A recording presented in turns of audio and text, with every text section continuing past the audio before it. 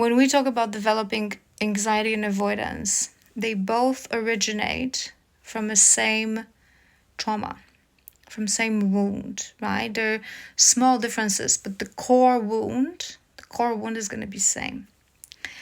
And whether you're going to go towards avoidance or anxiety, the variety of factors, but my universal truth is that people who actually go towards avoidance, they are those that have the biggest, most sensitive, romantic hearts. And they love to such extent that first experiences, when we talk about love, be it with parents, siblings, or first romantic experiences, partners, that love is being betrayed, is being not reciprocated, ignored. The pain within them is so great because of the sensitivity, because of the big hearts that they have. They just completely lock it.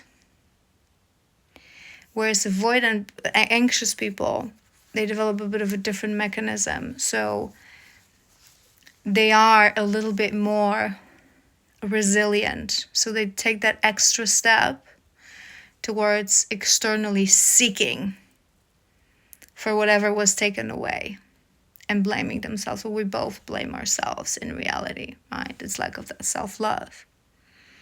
And it's not that we don't love and we don't have big hearts, but this is what I always say to you guys.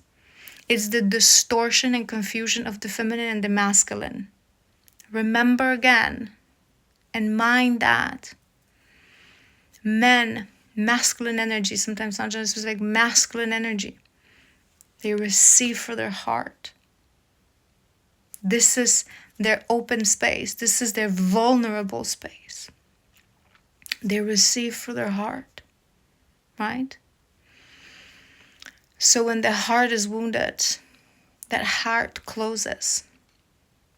Because masculine, his dominion is the physical world. So he naturally has to have a very strong heart space to be able, in a very sovereign way, without sometimes his feminine or a feminine to help him to keep his energy on level of the heart. Otherwise, he stays connected to the shallow plane of existence. Whereas us feminines, the reason we don't lock our heart that much is because we receive through our sacral, right? So when we receive pain, disappointment, and everything that I just mentioned, what closes is our sacral. And our sacral is our femininity, our magic, our receiving side. So we go into our masculine, our distorted masculine, and we start to search and pursue and try hard, right?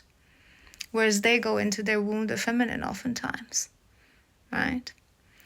So just be mindful of that. The strongest the armor around the heart, usually it's because the heart is more precious and more vulnerable. So you really want to lock it, because our most vulnerable spaces where we receive is where we hold our biggest magic. So us women, our biggest magic is in our womb, in our sacral. This is where there's our power to connect to the void, power of creation, power of chaos, power of connection to higher realm, ancestors, Akashic records, quantum field. It's all in the sacral. It's all in the womb.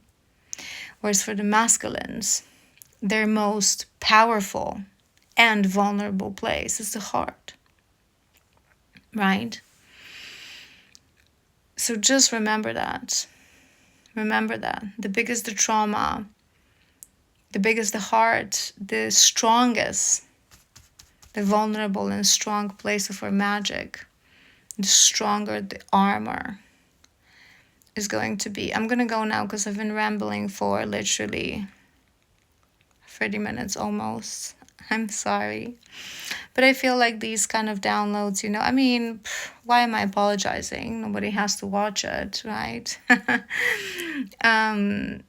But I feel like sometimes I get these downloads for a reason. And maybe, you know, sometimes you just, I feel for a very long time we struggle on this journey, and many people struggle in life because they lack the capacity of truly understanding experiences that they have not went through, right?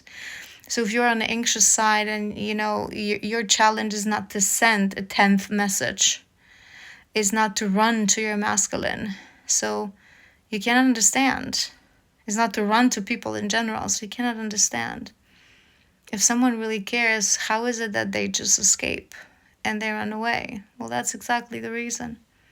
A root cause is the same, but we operate on a different magic slash vulnerability slash power points. And that causes a difference in how we experience the very same wounds. So yeah, you guys, I hope this was helpful. And I'm gonna go now because I'm exhausted, and I'm gonna try to do a collective reading tomorrow. I've already pre-recorded Feminine Friday, so I'll post that in the morning. And yeah, and then tomorrow is gonna be my last collective because then I'm off. But again, remember, I pre-recorded a bunch of readings, so I'm excited to be posting those, and I will be jumping on with what I promised. So we're going to be talking about mother wound in the month of October, and we're going to be talking about tapping into your mission and discovering your mission and your path and your purpose in life. So yeah, for now, good night.